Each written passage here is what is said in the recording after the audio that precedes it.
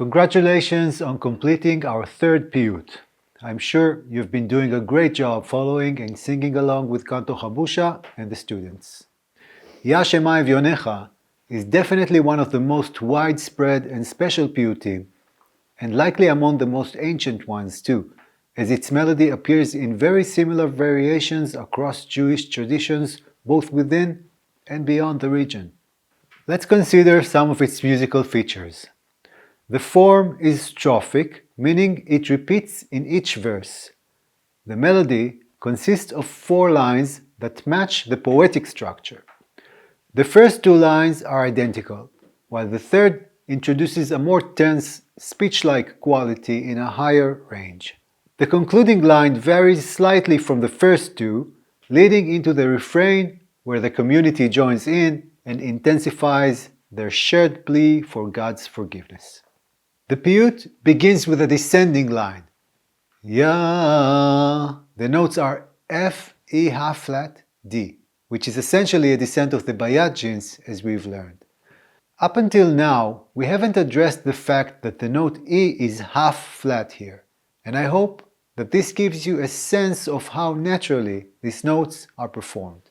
I'm certain you all sang it correctly without even noticing, just as those who attend the slichot sing it without giving it much thought. Within the context of the piyut, it's simply a natural sound that can be replicated without a special effort.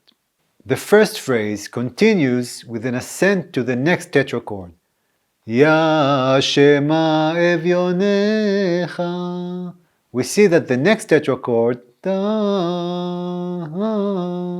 is a Nahawan jins on G, and also fits the scale of Makam Bayat as we know it. The whole phrase ends on the note G. While these notes match the Bayat scale, notice that the entire piyut ends on G rather than D, and it sounds as if the note D only supports G from below. Hamtzi amchi necha.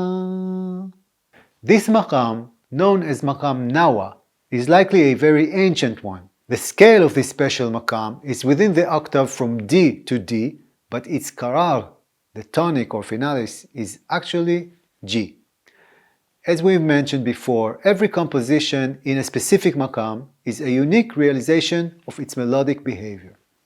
As we've heard in the piyut Ya Shema Evyonecha, Makam Nawa does not develop beyond the first tetrachord, but it engages with the tetrachord below the karar as an integral part of its melodic behavior. This is the reason it is customary to place the karar in the middle of the octave. This phenomenon is quite unique.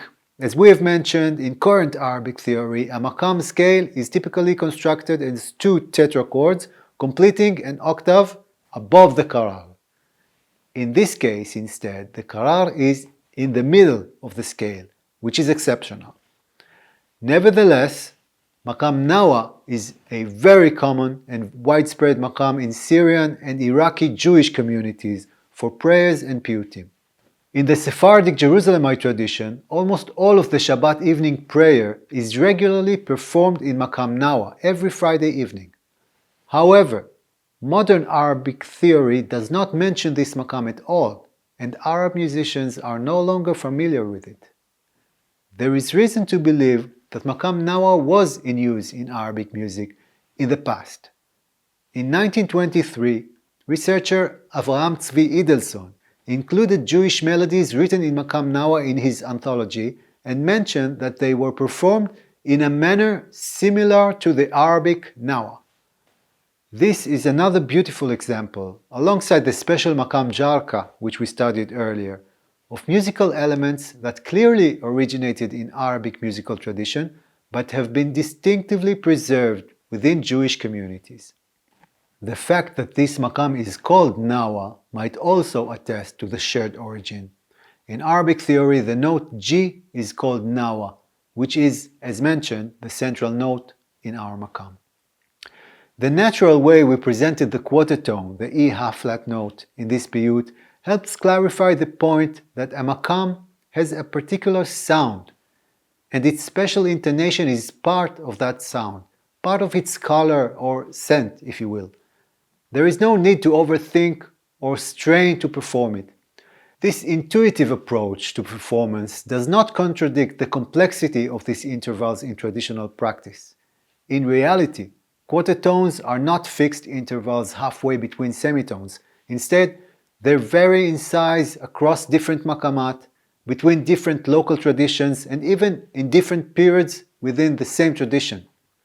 This variation has been documented in academic research. During the 1960s, Professor Dalia Cohen conducted groundbreaking studies in Arab villages in northern Israel, using mellograph technology to analyze exact intonations. Her research confirmed that performers consistently use different heights of E half flat in different maqamat, for example higher in maqam rast than in bayat. To help us understand this subtle and important aspect of maqam, we have invited the head of the Eastern Music Department here at the Academy, Mr. Samich Shibun, to join us and shed light on this matter.